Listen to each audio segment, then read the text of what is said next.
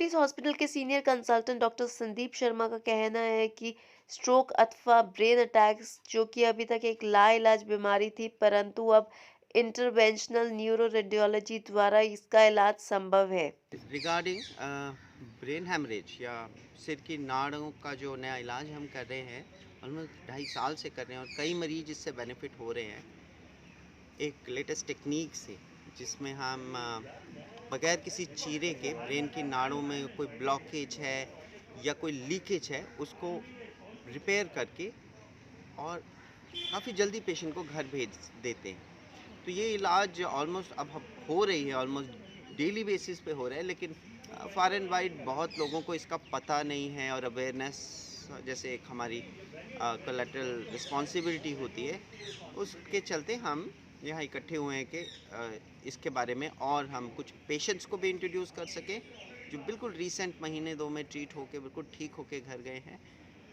और general limelight preventive या curative दोनों, या इलाज या उसको ना होने का जो हमारा लाइफस्टाइल है या जो हमारा वो है प्रक्रिया है या जैसे भी उसको रोका जा सकता है, उन दोनों चीज़ों पे हम लाइट डालें।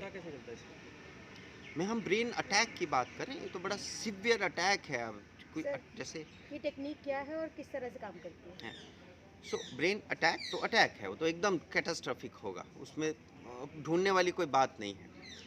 और ये टेक्निक जो है वो एक सटल टेक्निक है, वो उतना जितना ड्रामेटिक अटैक है, सटल जो टेक्निक है वो उतनी ही सटल है। बगैर किसी चीरे के, किसी टांग के ज़रिए हम एक तार डालते हैं और जहाँ लीकेज है या ब्लॉकेज है उसे किसी न किसी तार वाली डिवाइस से ठीक करते हैं। रीजंस क्या है इसके होने के?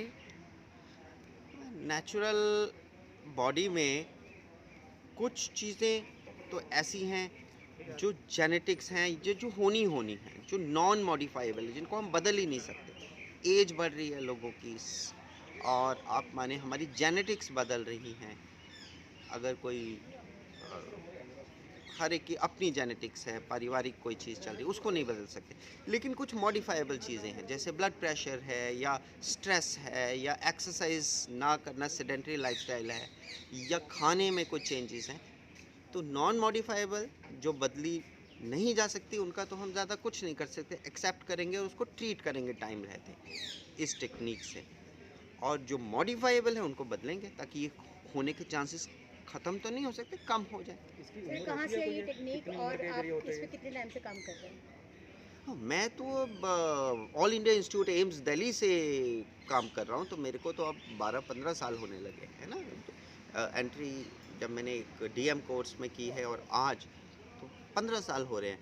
बट चंडीगढ़ में हम ऑलमोस्ट 3 साल से काम कर रहे हैं रेगुलर बेसिस। पहले मैं ओकेशनल कर रहा था, अब रेगुलर 2.5-3 साल से हम इसमें कर रहे कितने हैं। पेशेंट्स को हम ठीक कर चुके हैं अभी तक इस टेक्निक से? अब एक टाइम होता है आप काउंट करते हो, अब वो काउंट वाली स्टेज ख़त्म हो गई है, बट आप इजीली उसको 500 प्लस पेशेंट और मान कॉस्ट सकते का कितना फ़र्क पड़ जाता है जो हम नॉर्मली टेक्निक पहले यूज़ करते थे और इसमें? हैं। देखो ये एडवांस चीज़ है, जी। एडवांस चीज़ है, एडवांस इक्विपमेंट है और advance staff, doctors, everything is highly skilled.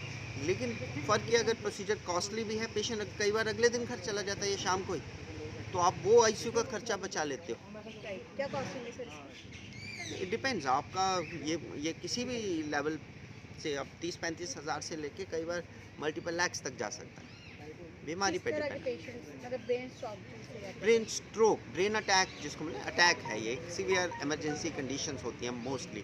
सिर की नाड़ फट गई या सिर की नाड़ ब्लॉक हो गई, पैरालिसिस हो गया, नाड़ फट गई, पेशेंट की कोमा में चला गया, ये मरीज होते हैं ज़्यादातर। डॉक्टर संदीप, जैसे कितनी उम्र का होता है, मतलब उम्र ज़्यादातर तो जैसे उम्र होती है तो जो हमारे वियर टियर बॉडी में बढ़ता रहता है तो चांसेस ज़्यादा हो जाते हैं, बट ऐसे कोई उम्र इसमें इससे बची हुई ऐसा नहीं है। जो नए पैदा होते हैं उनकी भी कई बार सिर की नाड़ें गलत बनी होती हैं, उनका भी रिपेयर होता है।